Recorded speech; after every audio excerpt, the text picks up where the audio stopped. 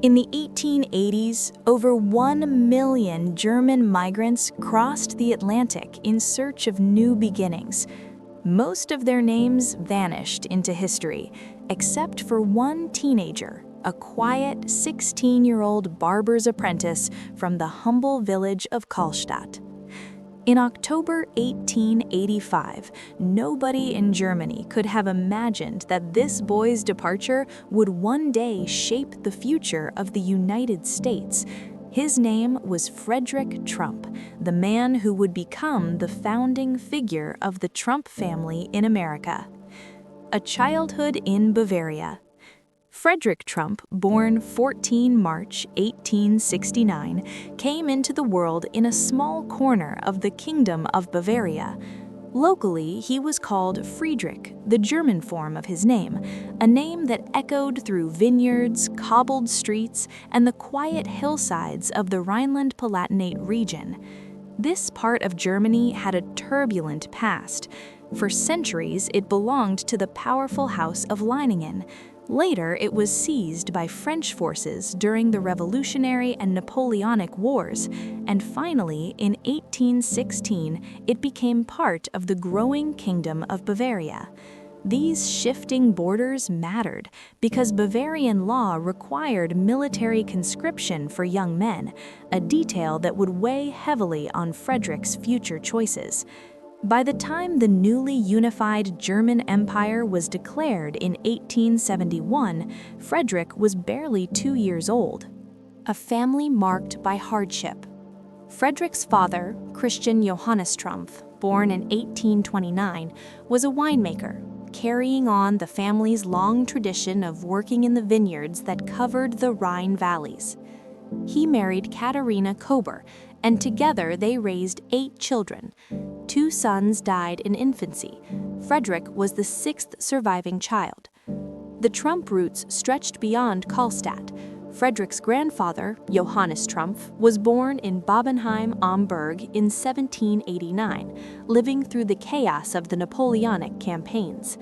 Back then, the family name was spelled Drumpft, a name that evolved over generations. Drumpft to Trump to Trump.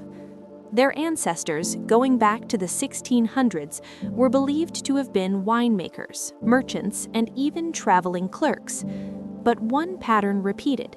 Trump men often died young. Frederick's father died in 1877 at only 48, after years of respiratory illness.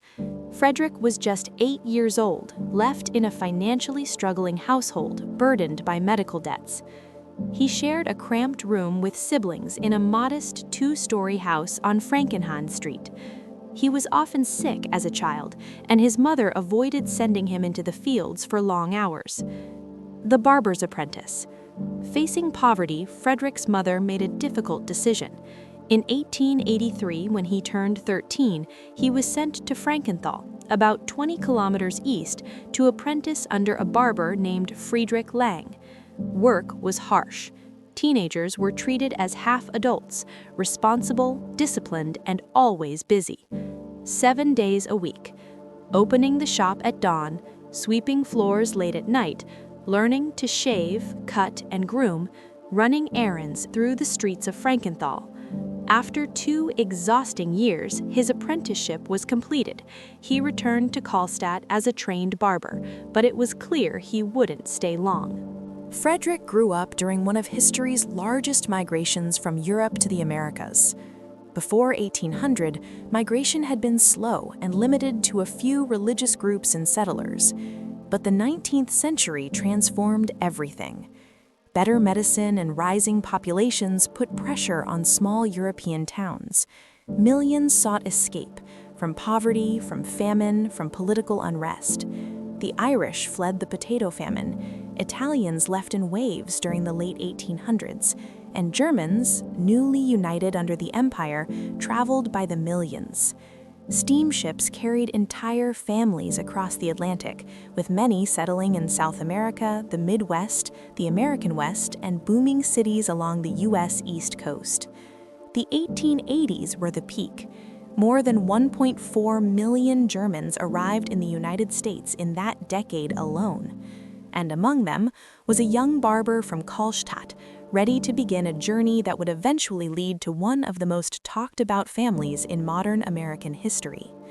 As millions of Europeans poured into the United States during the late 19th century, one of them was a young German barber named Frederick Trump.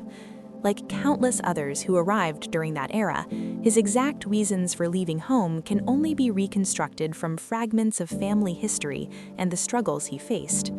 When Frederick returned to Kallstadt in 1885, nothing had changed for the better. His family was still financially strained, and feeding another adult was a burden. Kallstadt was a small village with limited opportunity, certainly not a place where a newly trained barber could build a future. And like so many immigrant stories of the time, migration often happened in steps. One family member left first, then another, then another. In Frederick's case, his older sister Katharina had left for New York in 1884 to join her fiancé, Fred Schuster, whose cousins already lived in America. This meant Frederick would not face the new world alone. That autumn, he walked away from Kallstadt, heading north to the port city of Bremen. With $20 in hand, everything he had, he boarded the SS Eider, which left Germany on 7 October 1885.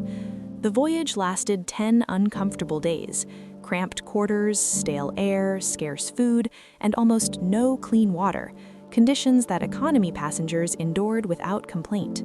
When the Eider finally entered New York Harbor, Frederick passed through the immigration center at Castle Garden, the predecessor to Ellis Island, which wouldn't open until 1892. Life on the Lower East Side. Upon arrival, Frederick moved in with his sister and her husband on Forsyth Street, near the Bowery and Grand Street, an area crowded with European migrants, especially Germans. These neighborhoods offered familiarity and community, but living conditions were harsh. Their apartment was a chopped-up section of what had once been a larger flat. Sweltering summers forced people to sleep outside on fire escapes just to escape the suffocating heat inside. It was the face of immigrant life in Gilded Age New York. Thanks to his sister and brother-in-law, Frederick already had a job lined up. He began cutting hair within days of stepping into the city, a young man determined to make his place in America. By May 1886, the family had saved enough to move uptown to an apartment on East 17th Street, near Stuyvesant Square Park.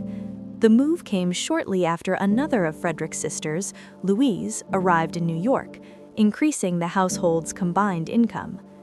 Less than a year later, they moved again, this time to a bigger apartment at 104th Street, far uptown.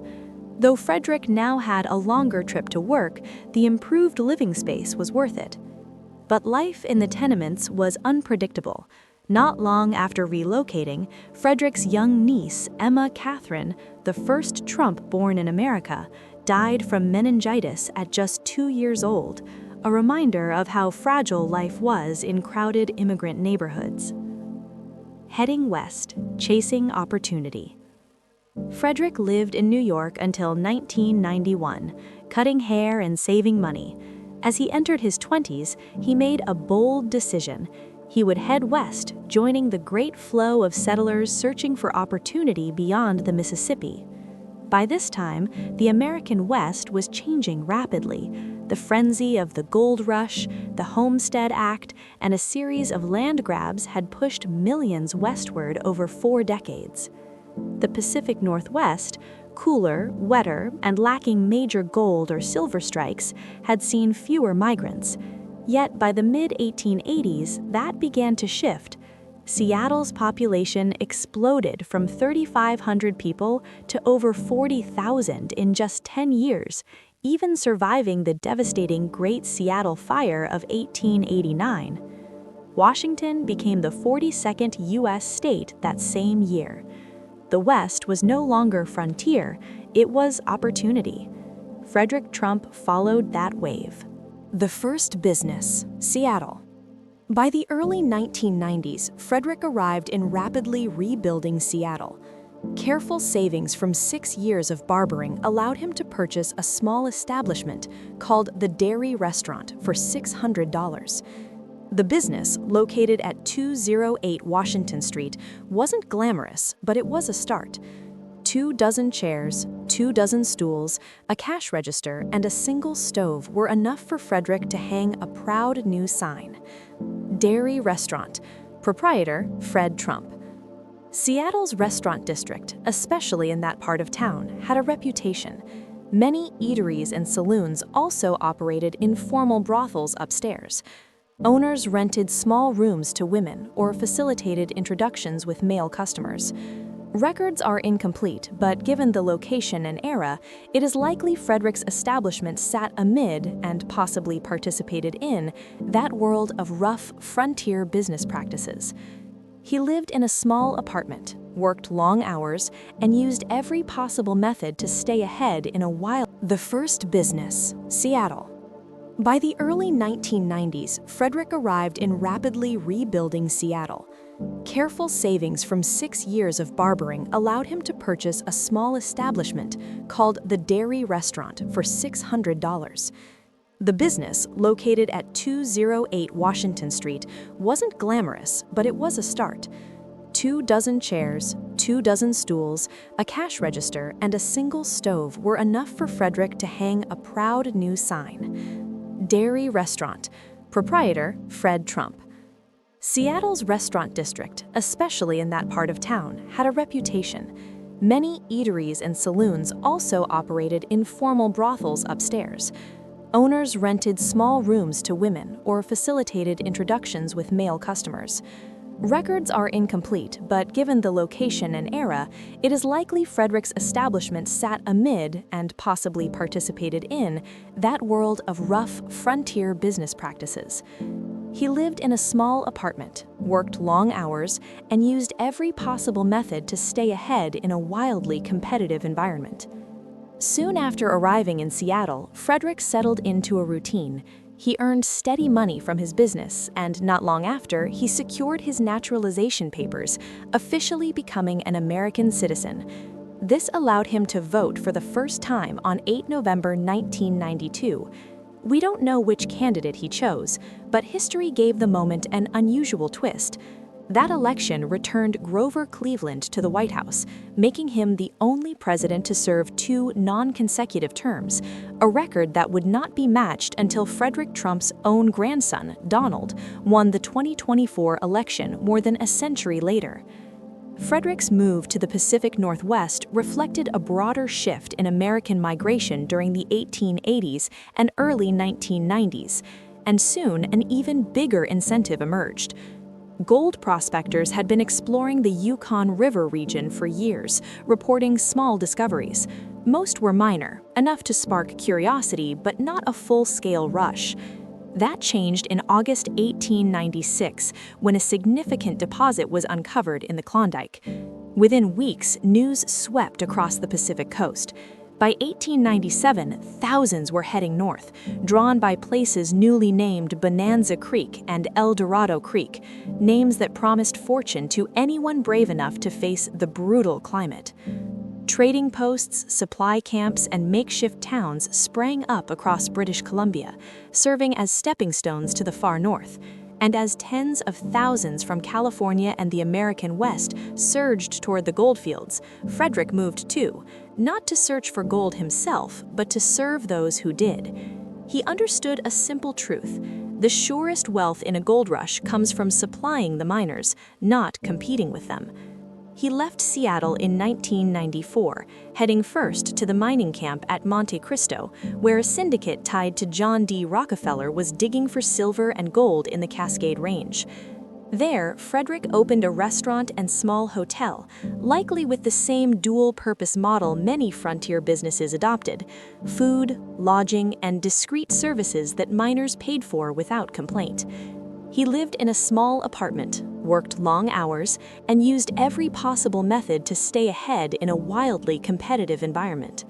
He finally settled in Bennett, a crucial stopping point on the edge of the Yukon border. Here, Frederick and his partner, Ernest Levine, built the new Arctic Restaurant and Hotel, a rough but bustling business fueled by the stream of hopeful prospectors moving toward Dawson City. At first, they served whatever the frontier allowed. Horse meat from animals that had frozen along the trail was common fare. But as Bennett grew richer, the Arctic upgraded its menu and even advertised every delicacy on the market, including fresh oysters, an incredible luxury in such a remote wilderness. Women rented rooms by the hour, using tiny scales to weigh out gold dust as payment. And like countless establishments across the American and Canadian West, the Arctic made money through a blend of legitimate hospitality and the more shadowed realities of frontier life. Even so, Bennett was considered more orderly than other boomtowns.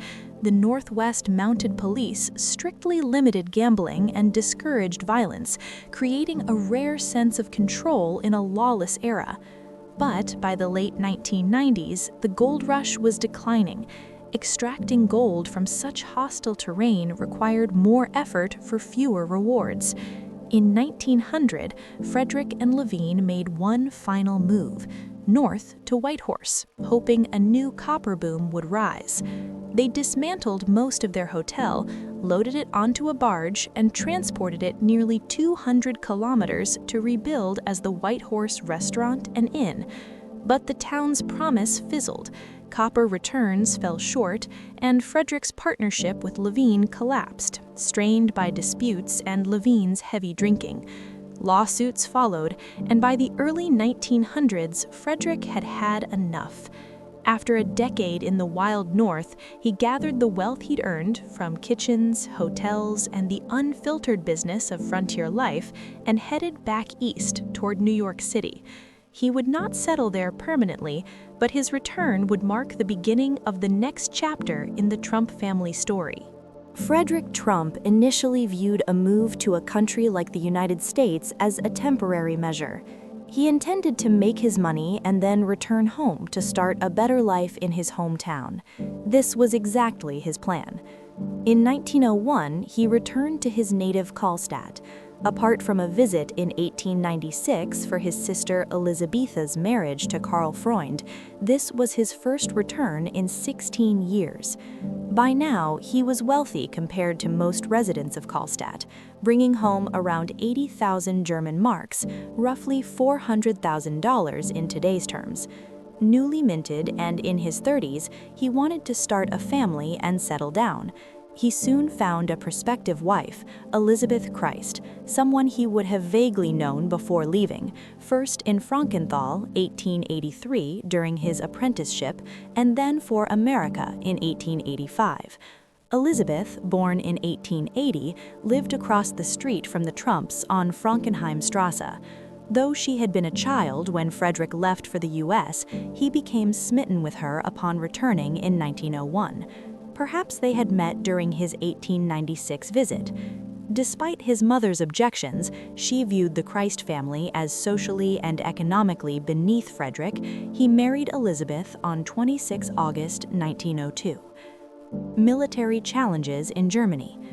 While Frederick and Elizabeth planned to stay in Germany, a problem arose: military conscription. Frederick had left Karlstad in 1885 at 16, but returning as a man in his 30s created issues. Bavaria required all able-bodied men to serve in the military at age 20 for 2 to 3 years actively, followed by 4 to 5 years as reservists, and then remain part of the Landwehr, home defense, until their 30s. Men could be called to national service until age 45. Frederick, unwilling to face this, tried to avoid conscription legally but failed. The newlyweds soon departed for the U.S. Life in America and family growth. Elizabeth, used to small-town life and the grape fields of Karlstad, found New York challenging. Homesickness hit hard, and in 1904 they returned briefly to Germany. Frederick continued contesting military service, but after months of petitions, he was told he faced legal prosecution if he didn't comply. In 1905, they left again for America.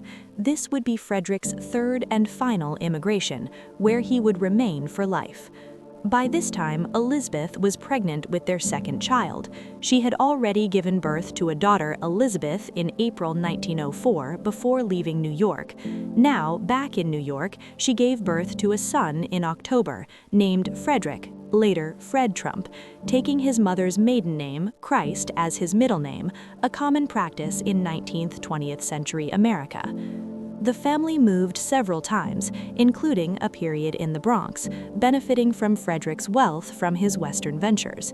Their apartment featured modern amenities, an icebox and a private bathroom, unusual at the time. Frederick returned to work as a barber, opening a shop in the Bronx and later moving to a busier establishment on Wall Street, though barbering never fully appealed to him. Entrepreneurial ventures and real estate. By 1905, Frederick was a 36-year-old entrepreneur who had seen much of the world and run several businesses. Primarily, he had worked in the hospitality industry out west during the 1890s, gaining knowledge about construction through establishing hotels and restaurants in Monte Cristo, Bennett, and Whitehorse. Notably, he supervised dismantling the new Arctic restaurant and hotel in Bennett to be moved by barge nearly 200 kilometers to Whitehorse. By 1907, Frederick applied this knowledge to real estate in New York. Timing was ideal. This was the peak of European migration to America. On one spring day in 1907, 20,000 immigrants arrived at Manhattan's Lower East Side in 24 hours. Manhattan was overcrowded, pushing upwardly mobile New Yorkers to seek better housing. A building boom began, particularly in Queens, where Frederick decided to start his construction career. Frederick made a final attempt to resolve his military and citizenship issues with Germany, but was unsuccessful. In 1907, he began working in Queens, then a largely rural area with just 150,000 residents, around 4% of NYC's population. Much of Manhattan's food was produced there, and life felt like the outskirts of a city rather than its center. The Queensboro Bridge, under construction in the early 1900s and completed in 1909, promised a population influx. Frederick moved his family to Queens in anticipation, joining other German-American migrants. Commuting to Wall Street for barber work was no longer feasible, and Frederick had abandoned hopes of returning to Germany. He invested his savings in his new real estate ventures, becoming asset-rich but temporarily cash-poor. To support the family, he also managed the Medallion Hotel on 6th Avenue, working very long days. These years laid the foundation for Frederick Trump's modest real estate empire in Woodhaven, Queens, securing his family's future in New York. Frederick continued commuting to Manhattan to manage the Medallion Hotel, avoiding the longer trip to his old Wall Street barbershop. Life was still challenging. The Trumps' first Queens home was noisy, near busy streets and a tram line. By the early 1910s, they moved to a quieter area south of Jamaica Avenue. Frederick focused on construction in the neighborhood, while the children had room to play away from crowded streets. Queens' population surged 40% in the early 1910s, and Frederick's business prospered with family investments. He became a growing real estate developer with his own office. Yet the once idyllic surroundings were transformed, open spaces replaced by construction sites and constant noise. World War I and anti-German sentiment. By 1914, the First World War erupted in Europe following the assassination of Archduke Franz Ferdinand. Germany and the Ottoman Empire faced the British, French, Russians, and Serbians. Though the U.S. stayed neutral until 1917, anti-German sentiment escalated, particularly after the Lusitania sinking in 1915 and secret German-Mexican negotiations. Many German-American families anglicized their names. Frederick, however, retained Trumpf, already slightly anglicized from the German Trumpf. He also kept in contact with relatives near the Franco-German border, aware that war might reach them. Business and growth despite war. Frederick's business faced challenges during World War I. Modern warfare disrupted trade and slowed migration, the main driver of New York construction. Yet demand remained from residents moving from Manhattan's crowded tenements to Queens. Queens' population grew from 284,000 in 1910 to nearly 470,000 by 1920, and Frederick continued building housing. His wealth cushioned the economic impact compared to other German-American families. By spring 1918, the U.S. was sending more troops to Europe, and German defeat seemed imminent. Frederick expected peacetime prosperity to return. Unfortunately, he did not live to see it. The influenza epidemic. In 1918, the Spanish flu reached the East Coast. First deaths were recorded at Camp Funston, Kansas, in March, with the virus spreading rapidly. The epidemic would later devastate Europe as well, marking one of the deadliest pandemics of the century. Frederick Trump became an early victim of the Spanish flu in 1918. Accounts vary slightly, but he fell ill in mid-May and died on May 30th at age 49, leaving behind his wife, Elizabeth, and 3 children. He was buried in the Lutheran All-Faith Cemetery in Queens. Despite his sudden death, Frederick left his family a comfortable start: a 7-room home, multiple rental properties with income, vacant lots for future development, savings, stocks, and insurance, worth over $500,000 in today's terms. It wasn't immense wealth, but it was enough for Elizabeth to manage and for their children to get a solid start. The family business was taken over by Fred Trump, Frederick's eldest son, who began building modest homes in Queens. Over time, Fred scaled up, navigating challenges like the Great Depression, and leveraged New Deal housing programs and wartime contracts to amass significant wealth. Fred's success laid the foundation for Donald Trump, who expanded into Manhattan real estate and later became President of the United States. Frederick Trump's role, though less famous, was crucial. He emigrated from Germany, built his first fortune in the Pacific Northwest during the Klondike Gold Rush, and established the family in New York.